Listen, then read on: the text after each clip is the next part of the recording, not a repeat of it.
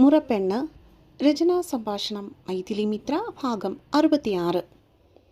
എങ്കിൽ ഇത്ര നാളെ എന്തുകൊണ്ട് എന്നോടൊരു വാക്കുപോലും പറഞ്ഞില്ല? എല്ലാം ഉള്ളിലടക്കി പിടിച്ചിട്ട് ഈ 10 വർഷങ്ങൾ നടന്നു. ഒരു സുപ്രഭാതത്തിൽ വന്ന് എന്നോട് പ്രണയമാണെന്ന് പറയുമ്പോൾ എൻ്റെ അവസ്ഥ എന്തായിരിക്കും? ഇതിപ്പോൾ കണ്ണേട്ടൻ എന്നോട് പ്രണയം തോന്നിയെന്നും പറഞ്ഞ് എനിക്കെന്നെക്കൊണ്ട് ബലം പ്രയോഗിച്ച് തിരിച്ചങ്ങനെ പ്രേമം തോന്നിപ്പിക്കാൻ പറ്റുമോ? ചിന്തിച്ച് കൂട്ടിക്കൂട്ടി തലയ്ക്ക് ചൂട് പിടിക്കുന്നുണ്ടെന്ന് തോന്നിയപ്പോൾ അവൾ വീണ്ടും കട്ടിലിൽ നിന്ന് എഴുന്നേറ്റു. മുറിക്ക് പുറത്തേക്ക് ഇറങ്ങിയപ്പോൾ വീണ്ടും ഒരിക്കൽ കൂടി അവൻ്റെ ഉറയിലേക്ക് ഒന്ന് എത്തി നോക്കി. ആളിപ്പോഴും കമഴ്ന്നു കിടക്കുകയാണ്. ഉറക്കമാണോ അതോ എന്തെങ്കിലും ആലോചിച്ച് കിടക്കുവാണോ എന്ന് പോലും പെണ്ണിന് സംശയമായി. കുറേ നേരം ഹാളിനുള്ളിൽ കൂടി അങ്ങോട്ടും ഇങ്ങോട്ടും വെറുതെ കറങ്ങി. ശേഷം നേരെ പോയത് സാവിത്രിയുടെ മുറിയിലേക്കായിരുന്നു. അവൾ ചാരിയിട്ടിരിക്കുന്ന മുറിയുടെ വാതിൽ മെല്ലെ തുറന്ന് അകത്തേക്ക് കയറി. നല്ല ഉറക്കത്തിലായിരുന്നു സാവിത്രി. അവരെ ഉണർത്താതെ അവരുടെ ദേഹത്തേക്ക് ചേർന്ന് കിടന്നു പെണ്ണ്. എന്നിട്ടും ഉറങ്ങാൻ പറ്റാതെ തിരിഞ്ഞും മറിഞ്ഞും കിടന്നവൾ അമ്മയുടെ കൈയെടുത്ത് തൻ്റെ ദേഹത്തേക്ക് കയറ്റിവെച്ചു. എന്താ ചുമ്മുവേ? ഉറക്കം മുറിഞ്ഞവൾ അവളെ ചേർത്ത് പിടിച്ചുകൊണ്ട് ചോദിക്കുമ്പോൾ പെണ്ണ് കണ്ണുകൾ ഇറുക്കി അടച്ച് ഒരു ഉറക്കത്തിനായി തയ്യാറെടുക്കുകയായിരുന്നു. ഉറക്കം വരുന്നില്ലമ്മേ. അവളെപ്പോലൊരു കുഞ്ഞു മാത്രമായിരുന്നു. അവളുടെ അമ്മയുടെ നെഞ്ചിലെ ചൂടിലുറങ്ങുന്ന ഒരു കുഞ്ഞ്.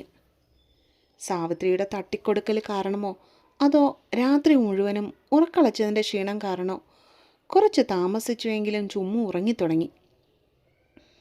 രാവിലെ തന്നെ പോണോ കണ്ണ? വെളുപ്പിനെയും കണ്ടല്ലേ നീ വീട്ടിലേക്ക് കയറി വന്നേ? രാവിലത്തെ പ്രാതൽ കഴിച്ചുകൊണ്ടിരിക്കുന്നതിനിടയിലാണ് സാവിത്രി ആ ചോദ്യം ചോദിച്ചത്. പോകാതെ പറ്റില്ലല്ലോ മാമി, ജോലി അങ്ങനത്തെ ആയിപ്പോയില്ലേ? കഴിച്ചു കഴിഞ്ഞ് എഴുന്നേറ്റവൻ നേരെ സിങ്കിനരികിലേക്ക് നടന്നു. അവളെന്തിയേ? കൈ കഴുകി ടവലിൽ തുടച്ചു കഴിഞ്ഞതിന് ശേഷം തിരിഞ്ഞവൻ ഹാളിലേക്ക് പോകുന്നതിനിടയിൽ സാവിത്രിയോട് ചോദിച്ചു. ഒന്നും പറയണ്ട കുഞ്ഞെ, വെളുപ്പാങ്കാലമായപ്പോൾ ഉറക്കം വരുന്നില്ലെന്നും പറഞ്ഞ് എൻ്റെ അടുത്ത് വന്ന് കിടന്നതാ. ഇതുവരെയായിട്ടും എഴുന്നേറ്റിട്ടില്ല. ഞാനും പിന്നെ ഉറങ്ങട്ടെ എന്ന് വിചാരിച്ചു. അവർ കണ്ണൻ്റെ പിന്നാലെ ഹാളിലേക്ക് നടന്നു ചെന്നു. അമർത്തിയൊരു മൂളലായിരുന്നു ചെക്കൻ. ശേഷം സ്വന്തം മുറിയിലേക്ക് കയറി ലാപ്ടോപ്പും എന്തൊക്കെയോ ഫയലുകളും ഒക്കെ എടുത്തുകൊണ്ട് ഹാളിലേക്ക് ചെന്നു. ഉമ്മറത്തേക്ക് നടക്കുവാനായി തുടങ്ങിയവൻ്റെ കാലുകൾ എന്തുകൊണ്ടോ സ്വയം അറിയാതെ സാവിത്രിയുടെ മുറിയുടെ നേർക്കാണ് ചലിച്ചത്. വാതിൽ തുറന്നു നോക്കിയപ്പോൾ കണ്ടു കട്ടിലിൻ്റെ ഒരു വശത്തായി ചുരുണ്ടുകൂടി കണ്ണും പൂട്ടി ഉറങ്ങുന്ന ചുമ്മുവിനെ. അവളുടെ മുഖത്തേക്ക് കുറച്ച് നിമിഷങ്ങൾ അങ്ങനെ തന്നെ നോക്കി നിന്നു ചെക്കൻ. ശേഷം ഒട്ടൊരു നെടുവീർപ്പോടെ അവിടെ ഒന്നും തിരിഞ്ഞു നടന്നു. ഇത്രയൊക്കെ മനസ്സ് തുറന്ന് കാട്ടിയിട്ടും നീ എൻ്റെ പെണ്ണെ എൻ്റെ വേദന മനസ്സിലാക്കാതെ? മുറ്റത്ത് കാത്തുകിടന്ന കാറിനുള്ളിലേക്ക് കയറിയിരിക്കുമ്പോൾ കടുത്ത തലവേദനയാൽ അവൻ്റെ നെറ്റി ചുളിഞ്ഞിരുന്നു. ഇനിയിപ്പോൾ പ്രാതൽ കഴിക്കണ്ട, ചോറുണ്ടാൽ മതി. മണി എത്രയായി എന്നാ നിൻ്റെ വിചാരം? ഉച്ചയ്ക്ക് 2 മണി കഴിഞ്ഞപ്പോൾ ഉറക്കം പൂർത്തിയാക്കി എഴുന്നേറ്റ് വന്ന ചുമ്മുവിൻ്റെ മുൻപിലേക്ക് ചോറും പാത്രം എടുത്തു വെച്ചു കൊടുത്തു സാവിത്രി. മനസ്സില്ലാ മനസ്സോടെ അത് കഴിക്കുന്നതിനിടയിലും എതിരായിട്ടിരുന്ന് കഴിക്കുന്ന പങ്കുവിൻ്റെ മേലായിരുന്നു പെണ്ണിൻ്റെ നോട്ടം മുഴുവനും. എന്താ മോളെ, രാത്രി ഉറങ്ങാൻ വൈകിയേ? വൈകി എഴുന്നേറ്റതിന് കൃഷ്ണദാസ് പെണ്ണിനോട് ചോദിച്ചു. അതിന് ഇത്രയ്ക്ക് ചോദിക്കാൻ വല്ലതും ഉണ്ടോ? രാത്രി മുഴുവനും ഫോണിൽ കുത്തിക്കൊണ്ടിരുന്ന ആർക്കേലും ഉറക്കം വരുമോ? അവളുടെ പാത്രത്തിലേക്ക് കുറച്ചും കൂടി ചോറ് വിളമ്പിക്കൊടുത്തുകൊണ്ട് സാവിത്രി അവളെ വഴക്കു പറഞ്ഞു. ഇന്ന് വെളുപ്പാങ്കാലത്ത് എന്നെ വിളിച്ചെഴുന്നേൽപ്പിച്ചു ഈ പെണ്ണ്. അപ്പുറത്തിരുന്ന് കഴിക്കുന്ന പങ്കുവും അവളെ നോക്കി പുച്ഛിച്ചു. നിങ്ങളെല്ലാവരും ഒന്നും മിണ്ടായിരിക്കുന്നുണ്ടോ? എൻ്റെ കൊച്ചിനിത്തിരി പറയാൻ സമയം കൊടുത്താലല്ലേ അവൾക്ക് പറയാൻ പറ്റുള്ളൂ. കൃഷ്ണദാസ് ഇടയിൽ കയറി പറഞ്ഞു. ഒന്നുമില്ല കിച്ചുമാമേ, ഇനി പ്രത്യേകിച്ച് ഞാൻ പറയാനായിട്ട്. എനിക്ക് വേണ്ടി പറയാൻ ഈ വീട്ടിൽ ഇത്രയും പേരില്ലേ? ചുണ്ടുകോട്ടി സാവിത്രിയും പങ്കുവിനെ ഒരുപോലെ നോക്കി പെണ്ണ്. എന്നിട്ട് പാത്രത്തിലുള്ളത് വേഗം കഴിച്ചു തീർത്തിട്ട് അവിടെ ഒന്ന് എഴുന്നേറ്റു. കൊച്ചിനെ പെണ്ണാക്കിയപ്പോൾ രണ്ടിനും സമാധാനമായല്ലോ. അവൾ പോകുന്ന വഴിയെ നോക്കി കൃഷ്ണദാസ് മകനെയും അനിയത്തിയും വഴക്കു പറഞ്ഞു. അതേ പടിയിൽ ഉമ്മറത്തെ സോപാനപ്പടിയിൽ ചെന്നിരുന്നവൾക്ക് സമയം ഒട്ടുവേ പോകുന്നില്ലായിരുന്നു. അന്ന് ഓഫീസ് ഇല്ലാത്തത് കൊണ്ട് തന്നെ മേലിടത്തെ കൊച്ചുമക്കളെ എല്ലാവരെയും അതുകൊണ്ട് തന്നെ ചുമ്മു തറവാട്ടിലേക്ക് വിളിച്ചു വരുത്തി. അതും വൈകുന്നേരം വരെ. അത്രയും നേരം അവരോടൊപ്പം സംസാരിച്ച് വെറുതെ സമയം കളഞ്ഞു പെണ്ണ്. അവൾ പോയപ്പോഴാണ് വീണ്ടും തലപറിക്കുന്നത് പോലെയുള്ള ചിന്തകൾ അവളെ തേടിയെത്തിയത്. ഉള്ളിൽ കിടക്കുന്ന ചോദ്യങ്ങളെല്ലാം കള്ളം വരുമ്പോൾ അവനോട് തന്നെ നേരിട്ട് ചോദിക്കാൻ ചുമ്മു ഇതിനോടകം തന്നെ തീരുമാനിച്ചിരുന്നു.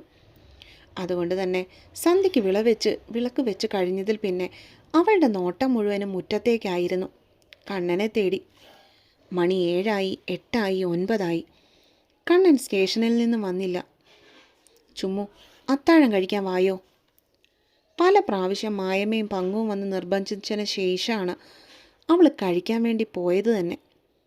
അത്താഴം കഴിച്ചു കഴിഞ്ഞതും വേഗം തന്നെ ഹാളിലെ സെറ്റിയിലേക്ക് ചമ്രം പടഞ്ഞിരുന്ന് TV കണ്ടുകൊണ്ടിരുന്നു. എങ്കിലും തുറന്നു കിടക്കുന്ന മുൻവാതിലിലൂടെ പെണ്ണിൻ്റെ നോട്ടം മുറ്റത്തേക്ക് ഇടതടവില്ലാതെ വീണുകൊണ്ടിരുന്നു. എടി, നിനക്കെന്ന് ഉറക്കമൊന്നുമില്ലേ? മണി 10 കഴിഞ്ഞതും അവിടെ അടുത്തിരുന്ന TV കണ്ടുകൊണ്ടിരുന്ന പങ്കുവിൻ്റെ വായ തുറക്കുവാനായി തുടങ്ങിയിരുന്നു. എനിക്കുറക്കം വരുന്നില്ല, നീ വേണേ പോയി കിടന്നുറങ്ങിക്കോ. അവൾ TVയിലേക്ക് ശ്രദ്ധിച്ചുകൊണ്ട് തന്നെ അലസമായി അവനോട് പറഞ്ഞു. എങ്കിൽ ഞാൻ പോണു, ഗുഡ് നൈറ്റ്. നീ ഇവിടെ ഇങ്ങനെ കുത്തിയിരുന്നോ? കുറച്ചു നേരം കൂടി പങ്കു അവളുടെ അടുത്ത് ഉറക്കം കടിച്ചു പിടിച്ചിരുന്നു. ശേഷം സഹിക്കാൻ വയ്യാതെ ആയപ്പോൾ അവൾ എഴുന്നേറ്റ് പോയി. മോളെ, നീ ഉറങ്ങുന്നില്ലേ? അവസാനമായി കൃഷ്ണദാസാണ് അവളോട് ചോദിച്ചത്. ഉറക്കം വരുന്നില്ല കിച്ചുമാമേ. പെണ്ണ് സോഫയിൽ ചാരിക്കിടന്നുകൊണ്ട് തന്നെ ഉത്തരം നൽകി. അരമണിക്കൂറിനുള്ളിൽ കണ്ണം വരുമെന്ന് വിളിച്ചു പറഞ്ഞിട്ടുണ്ട്. നീ ഇവിടെ ഇരിക്കുവാനാണെങ്കിൽ ഈ വാതിലൊന്ന് തുറന്നു കൊടുത്തേക്കണേ. ആ പിന്നെ, അവൻ ഇന്ന് ഡിന്നർ കഴിച്ചാ വരുന്നതെന്ന്. തുറന്നു കിടന്ന മുൻവാതിൽ കുറ്റിയിട്ടിട്ട് കൃഷ്ണദാസ് ഉറക്കത്തിനായി മുറിയിലേക്ക് കയറിപ്പോകുമ്പോൾ മണി രാത്രി 11 കഴിഞ്ഞിരുന്നു. ചുമ്മുവിൻ്റെ ശ്രദ്ധ വീണ്ടും TVയിലേക്കായി. ഇടയ്ക്കിടയ്ക്ക് TVയുടെ സൗണ്ട് കുറച്ച് കണ്ണൻ്റെ വണ്ടിയുടെ ശബ്ദത്തിനായി കാതോർത്തവൾ. ഏകദേശം 11:30 കഴിഞ്ഞപ്പോഴേക്കും കണ്ണൻ്റെ വണ്ടി തറവാടിൻ്റെ വീട്ടുമുറ്റത്ത് വന്ന് നിന്നു. കോളിംഗ് ബെൽ അടിക്കുന്ന ശബ്ദം കേട്ടതും TV ഓഫ് ചെയ്ത് പെണ്ണ് ഡോറിന് നേർക്ക് നടന്നു. വാതിൽ തുറന്നു കൊടുക്കുമ്പോൾ അകത്തേക്ക് കയറുന്നവനിലായിരുന്നു അവളുടെ കണ്ണുകൾ രണ്ടും. പതിവിന് വിപരീതമായി തന്നെയൊന്ന് നോക്കുക പോലും ചെയ്യാതെ സ്വന്തം മുറിയിലേക്ക് നടക്കുന്നവൻ്റെ പിന്നാലെ വാതിലടച്ചു പൂട്ടിയിട്ട് അവൾ നടന്നു. എനിക്ക് സംസാരിക്കണം. യൂണിഫോം പോലും മാറാതെ കസേരയിൽ ചാരിയിരിക്കുന്നവൻ്റെ മുൻപിൽ ചെന്ന് നിന്നുകൊണ്ട് ചുമ്മു നേരെ പറഞ്ഞു. അപ്പോൾ കാത്തിരിക്കുക കേട്ടോ. അടുത്ത പാട്ടുമായിട്ട് വേഗം വരാവേ. പിന്നെ നിങ്ങൾക്ക് ഈ സ്റ്റോറി ഇഷ്ടമാകുന്നുണ്ടെങ്കിൽ കമൻറ്റ് സെക്ഷനിൽ നിങ്ങളുടെ വിലയേറിയ അഭിപ്രായങ്ങളൊന്ന് എഴുതിയിട്ടിട്ട് പോകണം കേട്ടോ. അപ്പോൾ ബൈ ബൈ.